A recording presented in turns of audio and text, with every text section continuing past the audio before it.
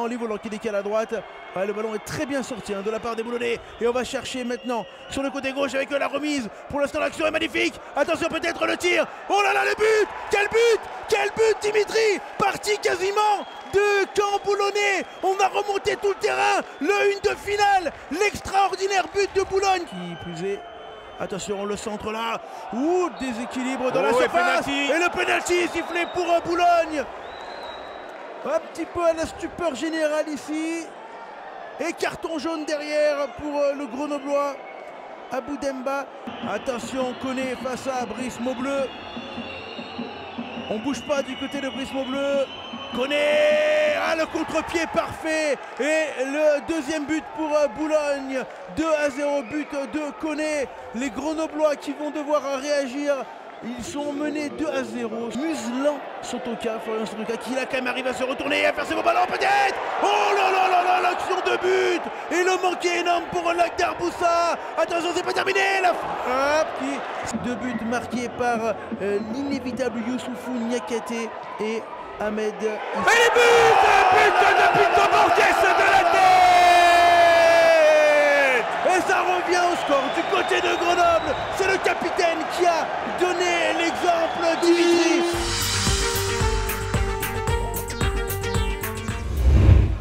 Et Saint-Gracin qui a encore le contrôle du ballon. Et peut-être pourquoi pas l'opportunité de marquer le premier but. C'est pas impossible du pied gauche. Manuel Novaes à nouveau qui vient pourrir les intentions de l'adversaire. Sinaïrel finalement. Intervention de la part de l'USSG avec beaucoup de sérénité, même si là il va y avoir un contact. Il y a un petit carambolage et c'est un carton rouge là qui a été, ça risque de changer le cours des choses là pour l'USSG qui vont évoluer à 11 contre 10. Colin, celui par qui le danger pourrait venir, Colin qui frappe et qui adresse une frappe tendue. C'est la première en tout cas.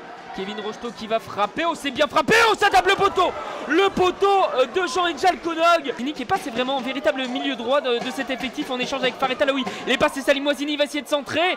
Salim Ouazini, ce ballon qui traîne dans la surface de réparation. Il va refrapper, deuxième poteau. Oh la parade de Mathieu Pichot. Exceptionnelle la parade, on va repartir avec Cédric Bekeshi.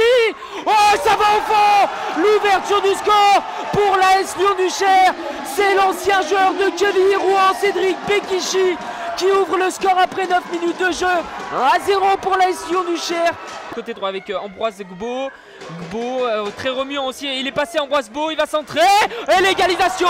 L'égalisation des Herbiers Vendée Foot.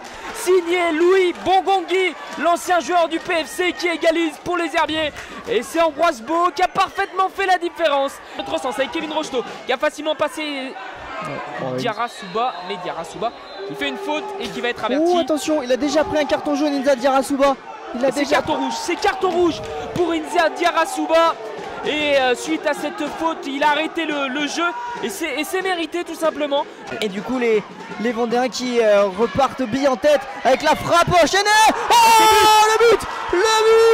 Oh c'est Sébastien Flochon. C'est Sébastien Flochon qui marque le deuxième but pour cette équipe des Herbiers Vendée Foot. Non, c'est Joachim Eckmeyer, pardon.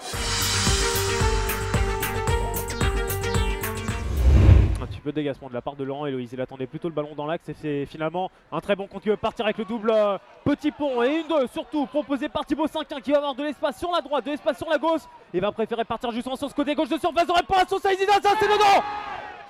Contre éclair de l'US Concarneau. Et à la 34e minute, le bon de Nicolas Clorin peut exulter.